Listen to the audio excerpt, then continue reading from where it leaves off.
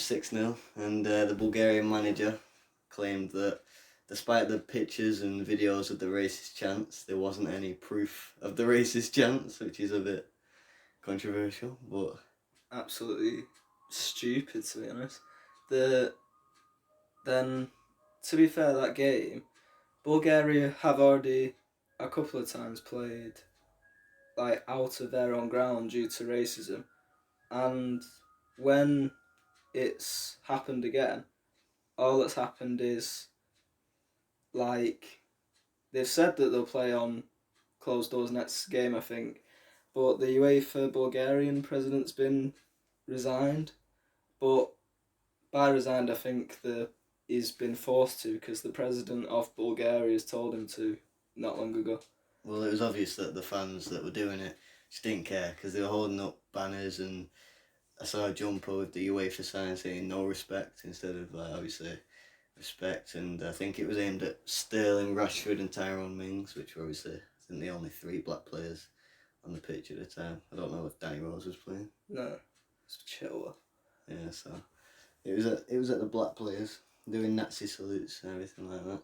So. But the one thing that didn't make sense was the Bulgarian manager said that you needed proof, but there's proof because there's pictures of them being racist. Yeah, it's stupid. I mean, obviously you wouldn't have seen the pictures because it was in the press conference immediately after the game, I think. But still, you would have heard it while he was out there. Apparently, it was pretty loud. So. And even the player, the captain Popov, was gone over to his fans and have said, I think he was telling them that you need to calm down and stop with the racist chanting. How do you reckon they stop it? Because obviously they almost called off the game, but I don't really see the players walking off being able to stop it. Especially when a team's going to lose 6-0. The fans will just not want to be watching the rest of that anyway. So if England did walk off, the game would be postponed, so Bulgaria would get a point and so would England. So to be fair, it's better off that they did carry it on the game, so then England got the points, because the fact that UEFA have said that there's a free rule thing? 3 strikes, so like... The first one's a shout from the... I think it's like, so if the fans are shouting racist chants and obviously the game's stopped, like, not permanently, just for a couple minutes while obviously the ref explains for them to stop, and if they carry on, then obviously a second strike and then third strike, they're off the pitch. So. But it's like the first strike, yeah, you get kicked off a pitch and that, but really it's like just...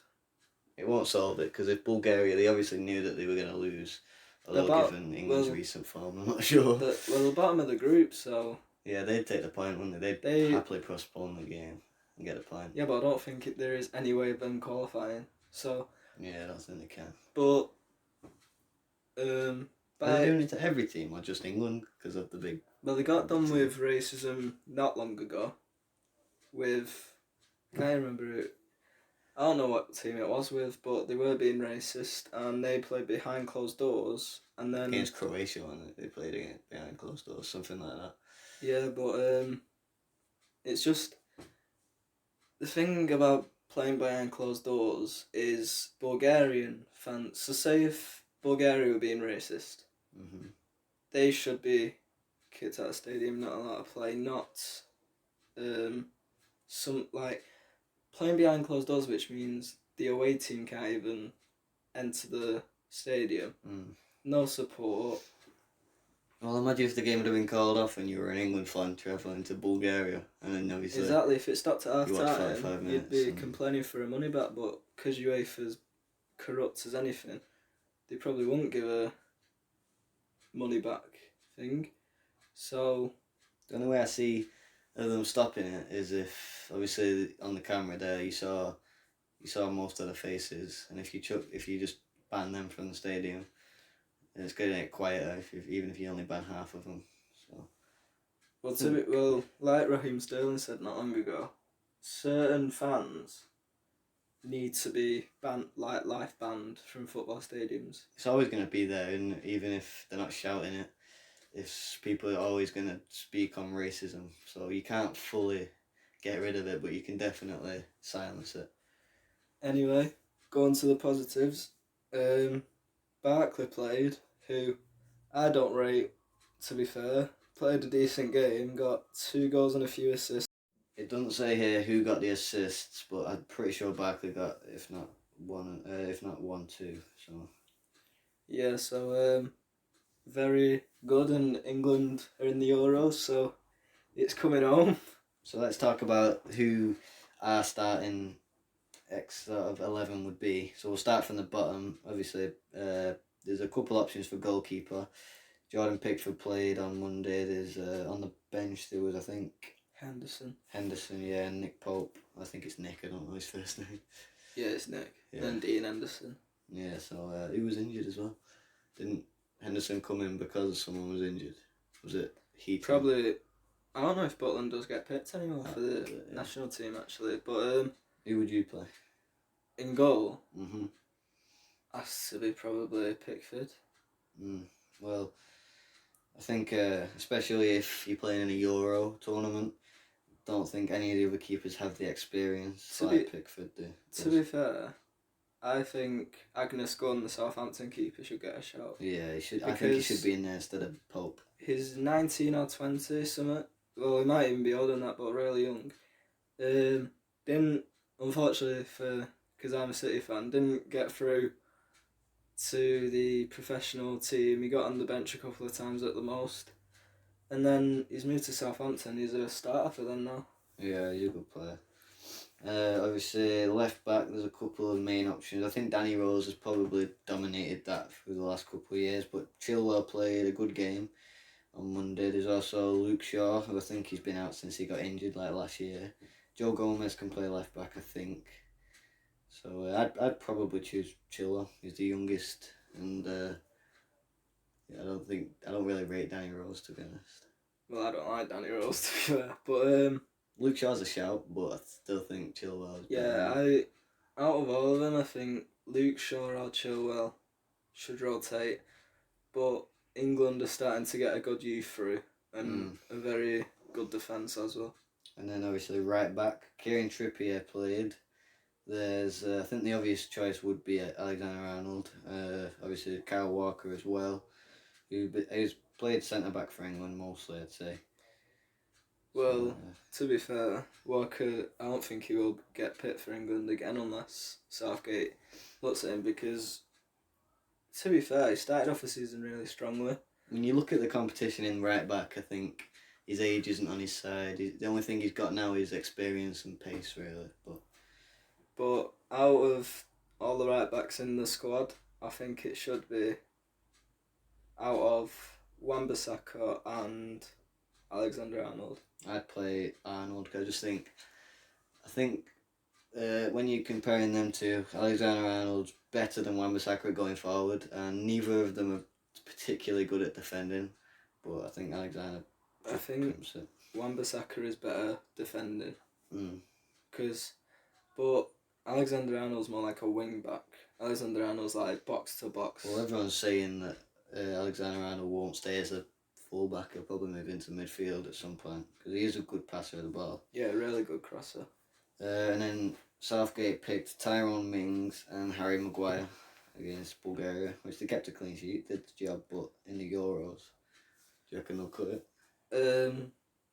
Joe Gomez should be getting in 100%. Very good, strong defender. Injuries let him down last season. He had a big one that put him out for a long time. I think it was the rest of the season. And really, it's just out of two, it's Maguire and Stones. Well, Stones has got to come back from injury. So yeah, who would your two be?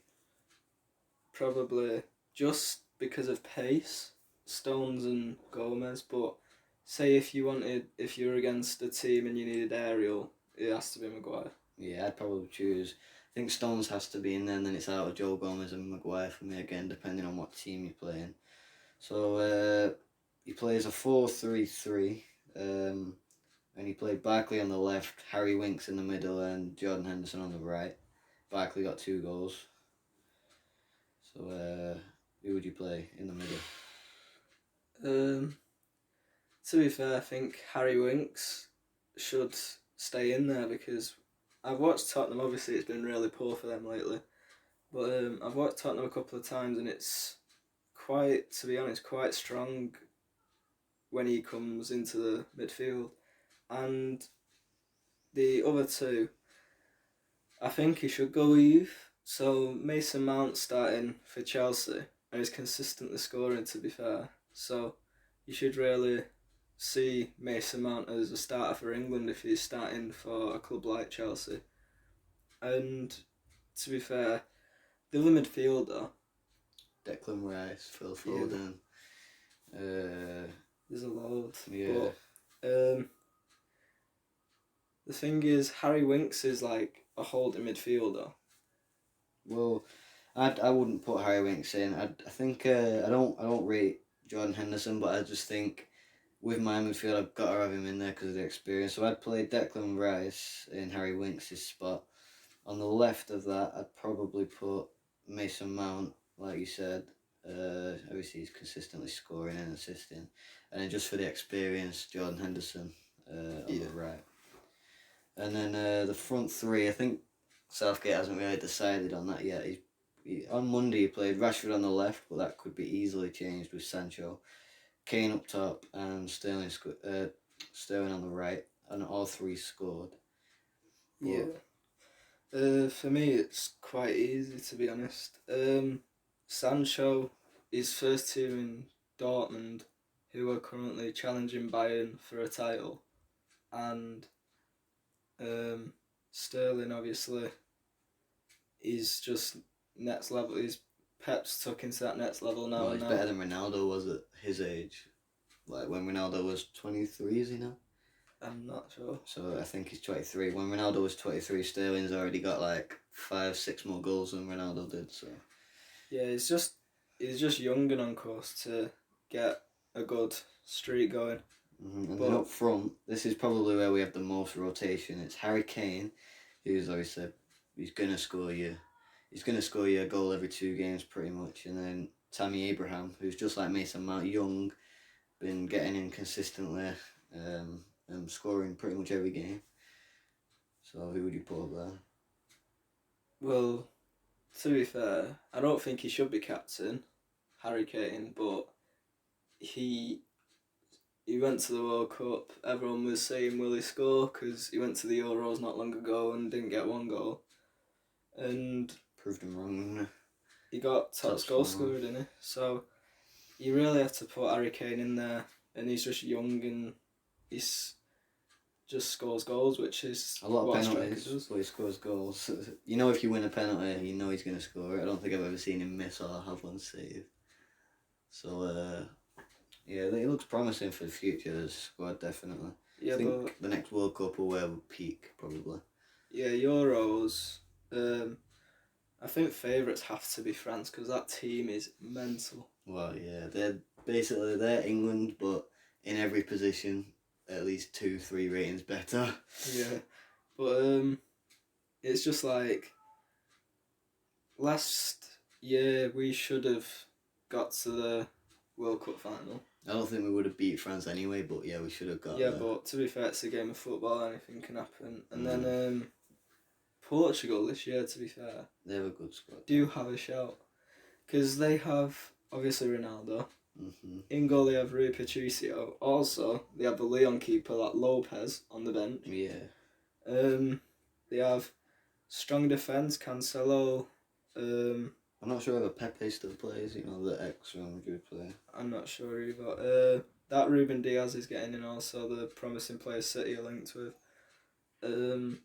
There's also Pereira, who can play right mid, the Leicester right back, right back. Mm-hmm. Cancelo can play right back, left back, or even winger.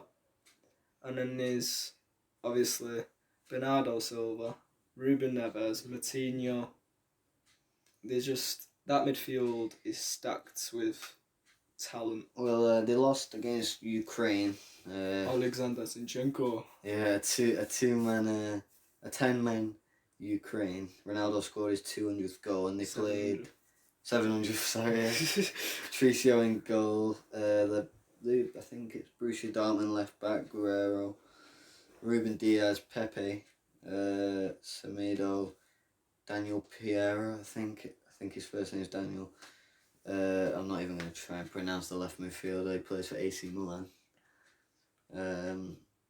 João Mario and João Moutinho. What him? In number 17. Bernardo Oh, Silva on the Guedes. right, and Ronaldo. Yeah, Guedes is even young and promising as well. And then their bench was insane. They had Bernardo. What's his name now? Is it Fernandez? Yeah.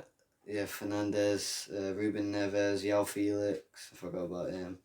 Fonte, Silva, who plays for Inter, I think. I think it's AC. AC, yeah. But they're just because people were questioning not long ago if they can take after Ronaldo or get into like when Ronaldo goes, will Portugal just fall? But by the sounds of it, the youth and everything that's coming through it, they look all right. Do you reckon they could? Do you reckon their squad's better than England's? Because I think they'd beat us in a game, but because of Ronaldo. I think it's like it's either just above or below even, if that even makes sense. Yeah, it's hard that. Our attack. We're more well. They have Ronaldo, right? Which fair enough. But we have Raheem Sterling, Jadon Sancho, and Marcus Rashford, right? Mm. Which 4 of them are guaranteed in the future to be next level. Yeah, I think in the future we'll definitely be better. But I think we'll win a World Cup in the next 10 years. Yeah. I think one of the next 2. But it's England, so you never know. They'll probably find a way to screw it up. But anyway. So the Premier League is getting pretty... Well, actually, I was going to say it's getting pretty spicy, but it could get very boring from this point out when you think of Liverpool's point gap. Well, I'm a City fan, so it's terrible. But Liverpool are winning the league now, to be honest. Well, are they 6 points in front? 8. 8 points? Yeah, it's getting worse. We have to play them twice, but the way we played against Wolves, if we play like that against Liverpool away, it's going to be a really long day. Like, it could end easily 4-0. Well, when you think, I think if you look at the stats, Man City should be, if I had to tell you these stats, Man City scored 27, Liverpool scored 20, and Man City have only conceded 2 more than Liverpool, not 3 more. So it looks like Man City should be top of the league, obviously. I think who did you smash? Was it Watford? Yeah, Watford 8-0. Yeah, so I think that helped a bit, didn't it? But you've been looking just as good, if not better than last season, apart from, obviously, the couple of blips. I wasn't impressed when you played Everton either, to be honest. I don't think you played too well there. Everton, obviously, is our place to go.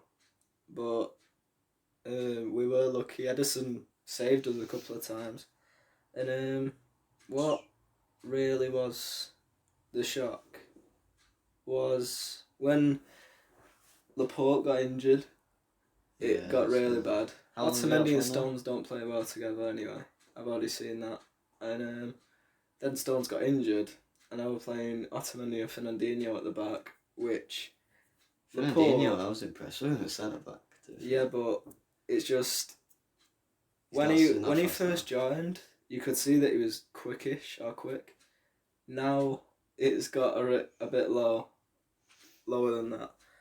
So in order, what do you think the top? We'll say top 7's going to be, because I think United might be your 7th. No. I think they might get below that. Really? I think they might finish 8th. But okay. Well, in order, do top 10 then. Liverpool top. Right. Man City 2nd. What's the point gap, do you reckon?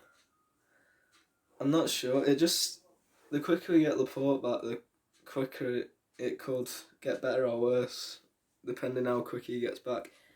But hopefully he's back as quick as possible, or Stones is back soon. And then at least we have two running centre backs, even though they don't play well together. Yeah. But let's just hope. And then third is a bit, you don't know. I think it's whether Tottenham get rid of Poch now or wait another 2-3 games, really. And who they replace him with. Like, Gareth Southgate's linked to it. I don't know whether he'd be any good or No, not. I don't think so. So To be who fair, Allegri's free. Former Juve manager. Hmm. If you do get rid of Pochettino, which would be stupid, after getting them to a Champions League final, would be stupid. I mean, but how if many you more do, chances would you give him? he's been there for 6 years now, so that. And if he loses the next two, are you still keeping him? well, then what are the next two they play? Do you reckon? I'll have a look now. It is Tottenham play home against Watford, and then That should be a win. yeah, but it could be bad because they're at home to, I think it's like Red Star. And then they're it's- in the Champions League. Then it's Liverpool away and an Everton away, so it could end really. I would expect them to beat Watford, although I think the pressure will be there because Watford have been so bad. I think there'll be pressure to win. And then that Red Star I don't really know much about. And then I think Liverpool you can give them a bit of leeway. And Everton should beat. So who'd be your third if you put one in there? Chelsea are doing pretty well. Yeah, I think Chelsea. It's to be fair, Arsenal or Chelsea. It's the race for third, pretty much.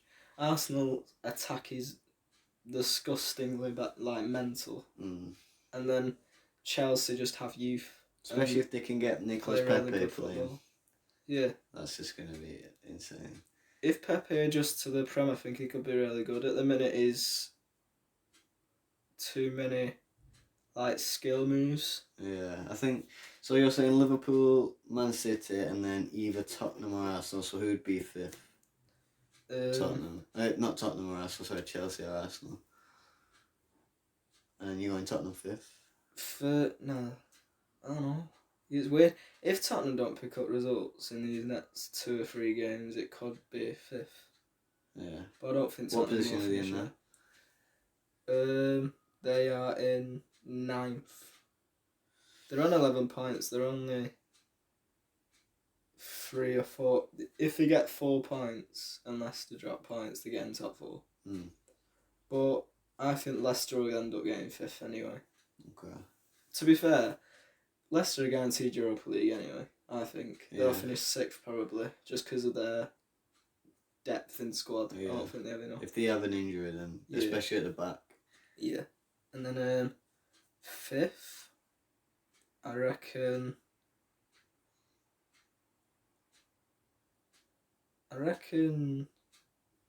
It's either at Arsenal, Chelsea, or Tottenham. But just because Chelsea have youth, I think Chelsea will finish 5th. Tottenham will get 3rd or 4th, and then Arsenal will get 3rd or 4th. And then 6th, Leicester. 7th. West Ham are there, you know. Yeah, they're doing alright, but it's only 8 games in, that's the thing. And then it's, to be fair, West Ham and Wolves could get good Wolves results, will come back? especially at home. They have a good home ground. If they finish 7th, I think they'll be happy. And 8th, probably United. To be fair, 7th I'd say Wolves. 8th I'd say United. 9th I'd say Do you reckon Everton could, West if Ham. they get a new manager? Do you reckon they'll get top 10? Well, Everton are currently in a relegation zone. 7 points from their last 8, and to be fair, Everton, the way they've started, I think they'll finish either 10th or 9th. So I'll run you through my top 10. So I actually think Man City will win the league. Just because once they get all their players back, I think they are stronger than Liverpool. I think they'll beat them twice, which will pull back the points. I think Liverpool's second, and then I think third I'm going to give to Chelsea. Although I think the Champions League with their inexperience could finish them off. I think the young kids have fire to push them into third. And then fourth, Arsenal. Obviously they've been playing well, but then they've had silly draws to United, and I think a couple of other teams have lost to. And then fifth, I would go with Tottenham. Sixth, Leicester. Seventh, United. And eighth, West Ham. Just purely off. I think if United change manager, they've definitely got a squad that could challenge for top four if they'd have had a better start. But I just think even if they get rid of Ollie now, the manager that comes in won't have enough time to get him top four. So. Or even, to be fair, the manager that comes in, I feel sad for him. yeah, just the job. It's like Mourinho before it happened looked like he just got stressed out. It's like when Tottenham beat him 3-0, and then he started going, 3-0 means I've won 3 Premier League trophies. That's one more than all the other managers combined. It's like, it doesn't, it means... Do you think they should have kept him? Or sacked him and brought in Well, to be fair, people have said that they laughed at him when he said that getting United into a top 4 position was my greatest managerial career thing I've ever done. Which obviously won the Champions League with Inter. But he's pretty much saying that it was high. Well. It was high. Yeah. And it's to be fair, people are looking at it now and going, he is actually right. Well, I think the problem is the Glazers, probably. Because Mourinho didn't have control of who he could buy. I don't think he actually wanted Pogba. I think it was more of a money move. I think they thought they could sign him, he'd play well, and then sell him for more. I think it was more of a business idea. To be fair, though, that Ed Woodman isn't looking good for United, because I think every single one of them transfers a business to. He's trying to get profit for people and everything. And United's defence, I know Maguire hasn't really made much of a difference to United's defence. If he gets injured or one of them get injured, it does not look good. Well, who do they have? They have Bayou's injured. I'm not sure how long for. He's always injured. Yeah, Phil Jones, who you can't really rely on consistently. Lindelof's good, alright. Yeah, I like Lindelof. But United had the joint best, or they might not anymore, but I think as of last weekend they had the joint best defence in the league with Liverpool. So the defence isn't the problem. I just think once Martial's back, they might be able to fluently score goals again, like they did against Chelsea. The biggest mistake United have made, well, there's two to be honest. Real Madrid are after Pogba, and they're saying they want to pay 100 mil, which is more than United paid, yeah. Right? You sell him. One, you get profit, you get money to spend, and then, to be fair, he's one of the problems in the club right now. He just goes out, says what he wants, stirs things up, everyone gets stressed, don't know what's going on, and just get rid of him. And then the other one is, Lukaku had a bad touch, right? Had a few bad games, but he knew where the net was. He was scoring. They got rid of him for some odd reason, right? For 85 mil, I don't know why they paid that much, to be honest. And then United got 85 mil for him. On transfer deadline day, went after Mario Mandzukic. I know, they were meant to pay 8 mil for him in January, something like that. Yeah, but still, it's Mandzukic on his own. He's going to have one season. It's like, with Mourinho, it was a long ball and flick on. But at least when he was flicking on, Rashford or someone was running onto it. With this, right, Mandzukic is going to flick that on. He can't keep up with him. I know. Ibra left because of the same reason. He can't keep up with the team. But it's just like, their issue right now is gone past. I think it'll be a good 5 to 10 years until they can compete again. Anywhere near. I think definitely until they win anything. The best chance is going to be competitions like the Europa League, but I still think they won't win that. I think they've got to go either for top 4 or for the Europa League. I don't think they can go for both. Well, it's when the first day of the season they beat Chelsea 4-0, but even in that, if the scoreline was completely different in the game, Chelsea hit the post twice.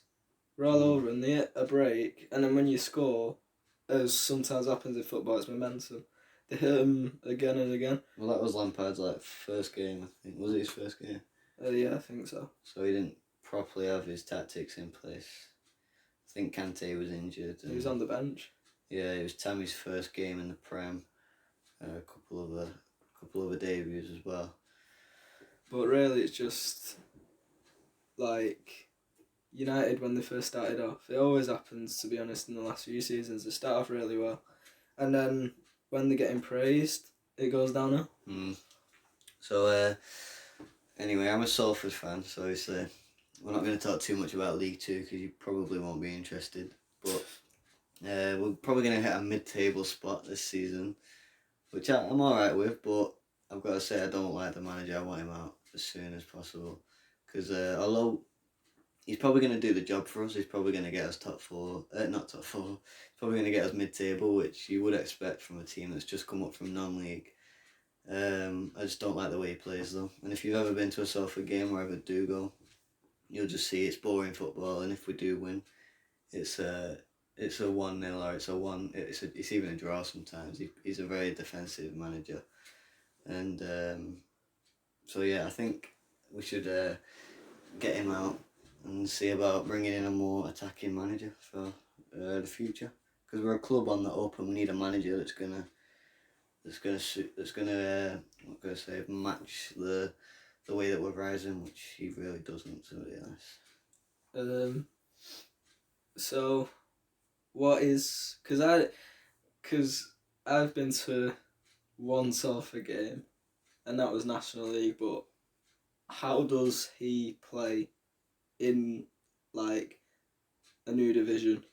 Like, is it defensive? Like, what type of football does he Last play? year, I don't know, I can't remember what game you come to. I think it was Sutton at home on a Tuesday night, and you might remember he was playing like it was like two-touch football basically, and our squad was better than the teams in the league, and we should have won it by a mile because of the players that we had, and we've barely changed anyone coming up. So and he was playing like two-touch football. It was more aggressive, and I think League Two. He used to manage Crewe and Scunthorpe and a couple other teams, Alexander, and I think it's changed the league. I think it used to be very physical and all teams used to be defensive, but now I've noticed there's a lot of teams that just have really small players and fast players, and I think Graham's brought in a team that's big and slow, and we just can't keep up some games, and I don't blame him.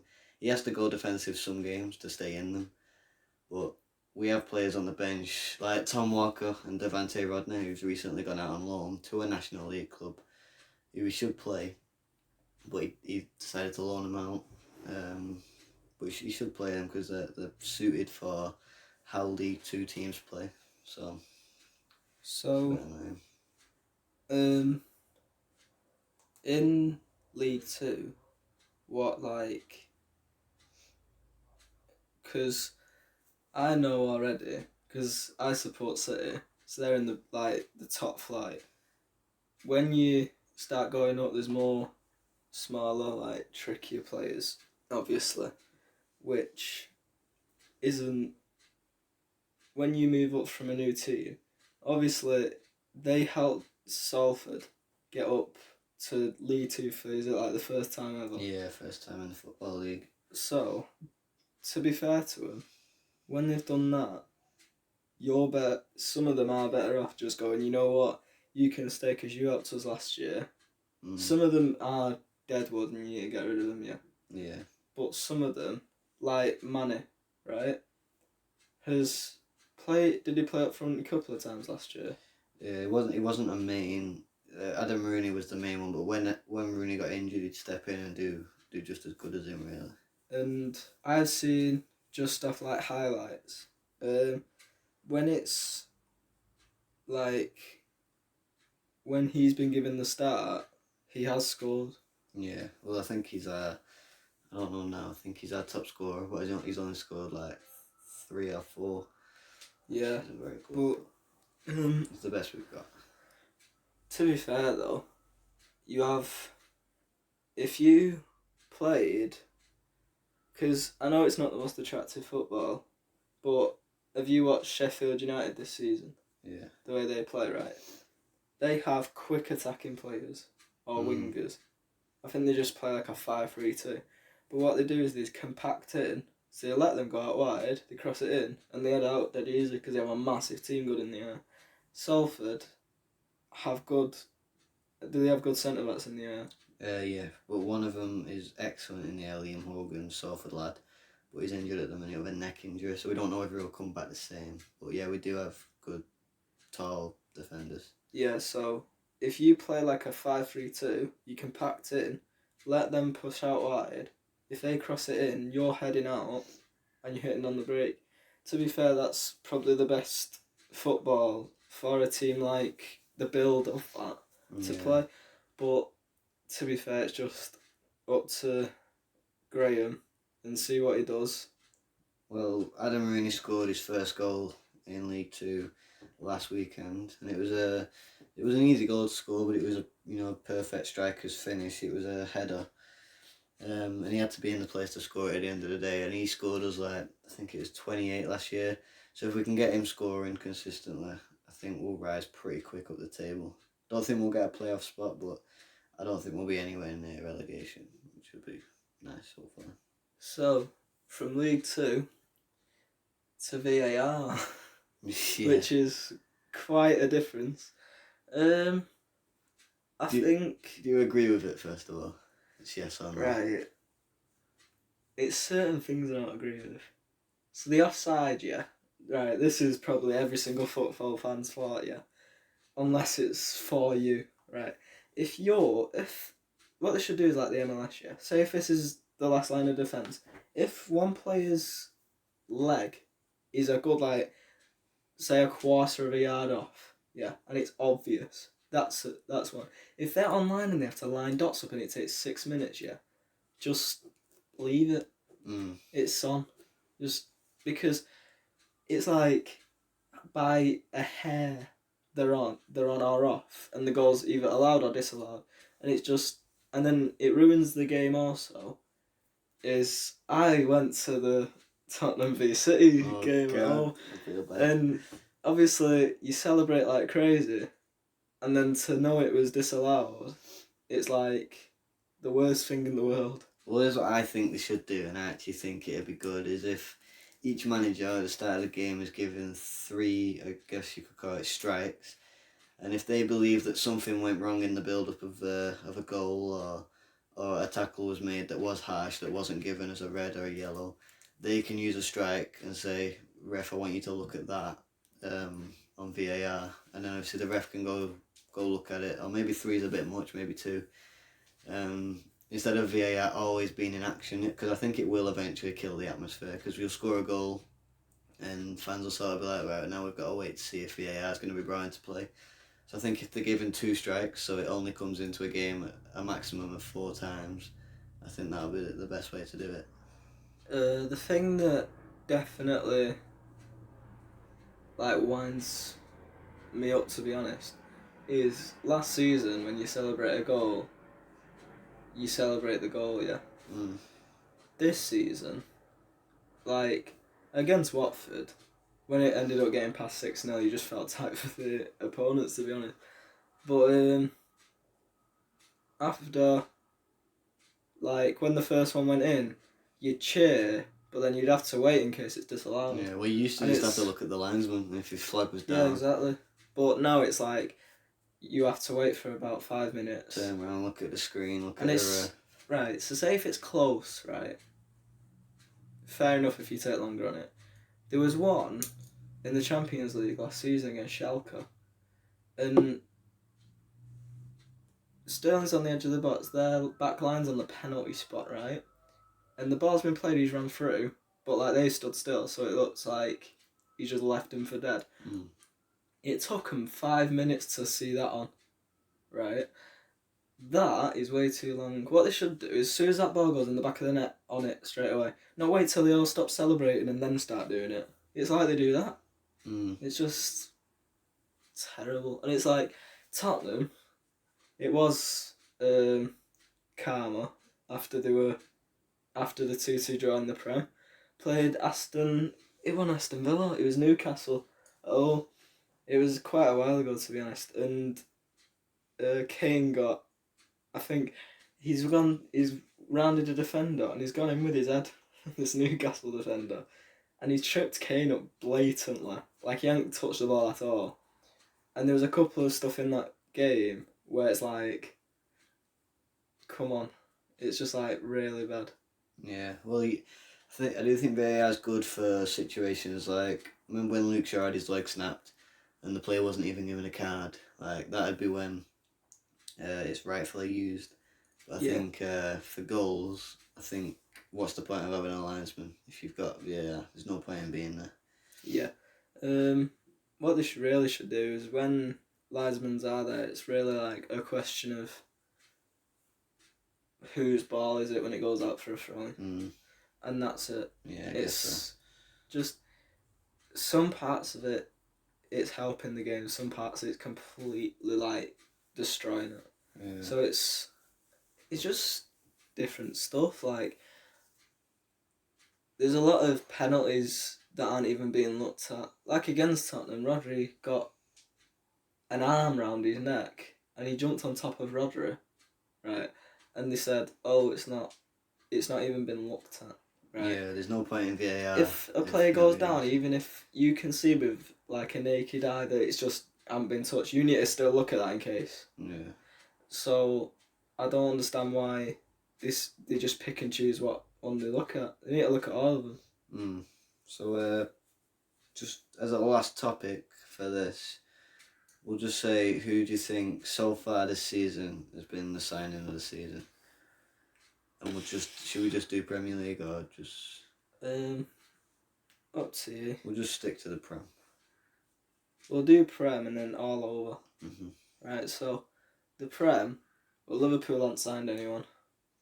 City signed Rodri. Van Den Berg or someone that hasn't even started. I think he went back out on loan. A right back or something. And then obviously Rodri. Yeah, Jokinsson. Rodri's a shout. Jokinsson hasn't played enough. Chelsea can't sign anyone. All of them are back off on loan. But Wan-Bissaka's played pretty well. Yeah, it's in an underperforming team. He got tonsillitis. What's it called? So he's been injured for about 2 games, which is unfortunate. But Ndombele has done pretty well for Spurs. It's just when a team like Tottenham, like if Tottenham were playing well, Ndombele would look really good. He would be sick in Manchester City's team. But we went after him. Yeah. But the issue is when that happens and a team goes downhill, all the players don't look like they're playing well. But then they could play the exact same next week and the whole team's playing well and they'd be praised for it. It's just like did they sign Southampton? Sign that winger, or is he back off on loan? Yeah, DiGianneppo. Yeah, because he's scoring a load of goals, and they're not tappings, they're screamers. A lot of them. I think one of the most underrated signings, because it doesn't seem like a signing, was probably Yuri Tielemans, because he was on loan the season before. Yeah, he bought class him as a signing. I think he's very underrated. I can't think of any other big signings. Well, you pick first, and then alright, I think you know who I'm picking already, because when you're there you can see how good he is. So for me it's out of Ndombele, because obviously he's playing in an underperforming Spurs side and still doing well. Same with Wan-Bissaka, but I think Ndombele is better than him. Rodri has probably been the most solid that's come in. Michael Vaughan was a recent signing. Shut up, Right. Anyway, it's tough. I think I want to go Rodri, because he's probably, out of all the signings, he's probably come in and done the best. But I feel like I'm missing like a big one. But I'm gonna go for Rodri. But I think I'm missing someone somewhere. Well, Arsenal with Pepe, but he hasn't.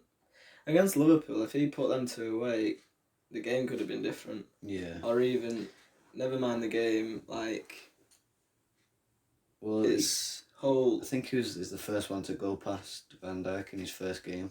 Yeah, In the first. his first Prem game he did. Yeah. He went round him. But to be fair, it's just like.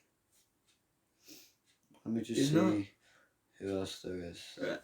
But with the whole leagues, Lukaku's been scoring it left, right, and centre. Hazard scored 1 goal, hasn't really done anything.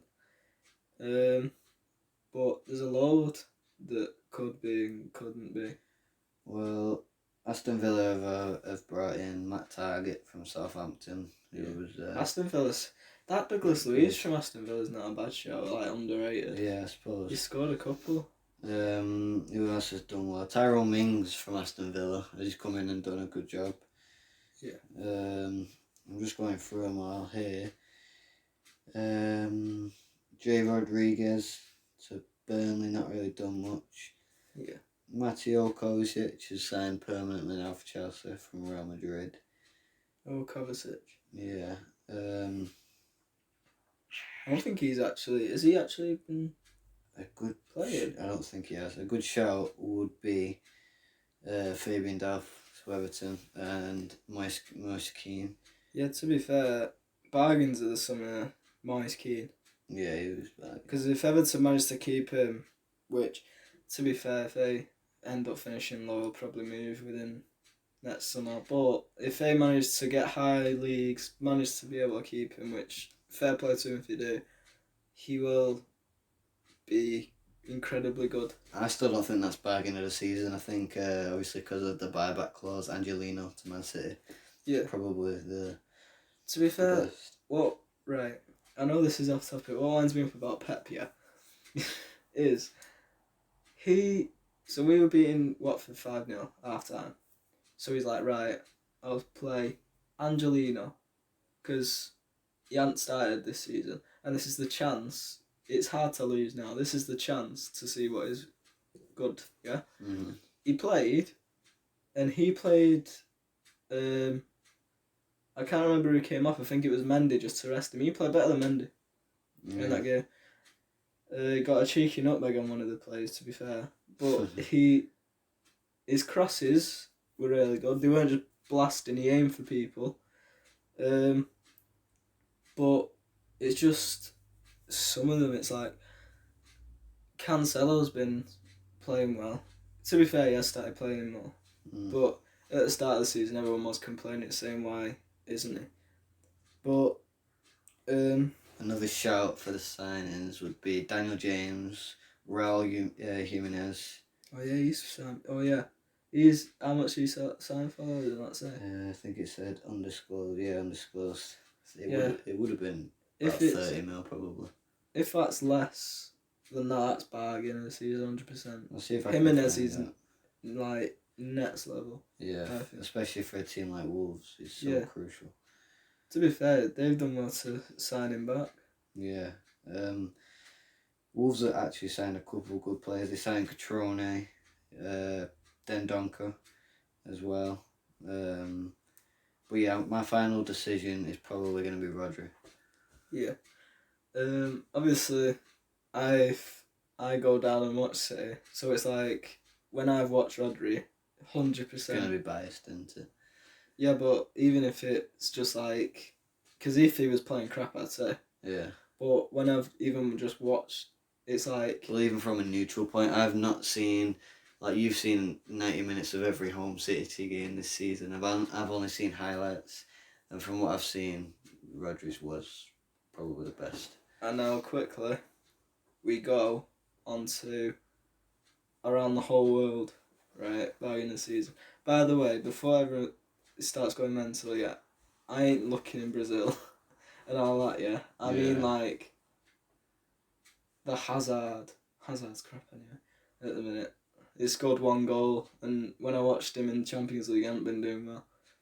Then there's others like Icardi to PSG. I think I know my bargain of the season. I know that. Probably say Dortmund. Coutinho. It could be, yeah. Because he's been playing really well. But the other one is Dortmund have signed that Brandt, who got in the team ahead of Sane in the World Cup, Mm. which is questionable. To be fair, he is very good, but they signed him for about 30 mil, Yeah. and they signed Eden Hazard's brother, Torgan Hazard, cheap as well. Dortmund had a lot of bargains, to be fair. And Well, yeah, that was 45 mil for Brandt. Yeah. I think I know. Yeah, so I've already said my bargain of the season. I think I know my best buy of the season, and I think it would. I think it'd have to be either out of Frankie De Jong or Yao Felix, because Yao Felix is such a big player, and to go to Atletico Madrid, who I would put just below, like Real Madrid and Barcelona. I think that was a good sign. So yeah, I'm gonna go with Yao Felix. To be fair, when Yao Felix first signed, I was like, how much did he sell for that? 140? Yeah, over 100 mil. Like, it was for his age, it was like, what the heck? Like, what? 63 mil, but I think in dollars it was, or whatever, euros, I think it was over 100 euros, 100,000 euros, 100 million euros. If it was like that thingy pounds, it'd be like over 100 mil. Oh yeah, no, 113 mil. It's just like, if he didn't live up to that, it's like... Even though he's flopped, that makes Eden Hazard for 90 mil seem good. You know. Exactly. But football's crazy now anyway. The biggest flop is probably Matthias de Ligt. I don't know whether he's upped his game since, because I remember reading about him not performing. The difference is, de Ligt, when he was at Ajax, was a leader, right? I know Juve wanted a leader, but they have Ronaldo, they have Chiellini, Bonucci, Buffon. They have so many. It's just stacked with leaders, and in that team, he doesn't see himself as the only leader. In Ajax, he's seen himself as probably one of the only leaders in that team. Some other mentions would be Manolas to Napoli. Oh yeah. Militao. Really Fekir. quickly. Yeah, really quickly though, yeah. Get the Champions League groups up here. Mm-hmm. Who do you think will go through? Not position, just go through in all of them. So first and second in each. By the way, Tottenham draw against Red Star at home. They're looking dangerous to go go through. So Group A, PSG, Club Brugge, Galatasaray and Real Madrid. I'd probably say we'll go through group by group. So I'm going to say PSG guaranteed. And Real Madrid. There's only 1 point difference. They have to play Galatasaray away next. No, that's hard. And then it's Club Brugge got away draw. Which is decent. Probably still say Real Madrid. And PSG, right? I'm going to go for Group B. It's at a Bayern. Who's that? That's that Red Star. Red Star, Tottenham and Olympiacos. I think Tottenham will come good, and I think Bayern are going to go through. Yeah. Probably the same, but it will be tight between Tottenham and Olympiacos. Or even Red Star, because they're by the way, you know they're home ground real quick, yeah? When you're taking corners, they spit on you. Jesus. All the fans. And throw stuff at you. But, disgusting. Group C, Man City. This is probably the hardest one to pick out of second place. Man City, Dynamo Zagreb, Shakhtar Donetsk and Atlanta. Zagreb. Do you think they'll go second? Yeah. I watched them the other day.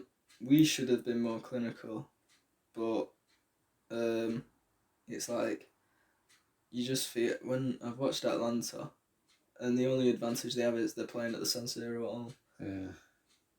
This one is also this is probably I'd say the group of death. I've not properly looked at it, but Juventus, Atletico Madrid, Lokomotiv and Bayern. Is it Leverkusen? It'll probably finish like it is now. So Juve top, Atletico Madrid second, and I think to be fair third. It could do anything in that group. Yeah. Group E, Napoli, Liverpool, Red Bull and Genk.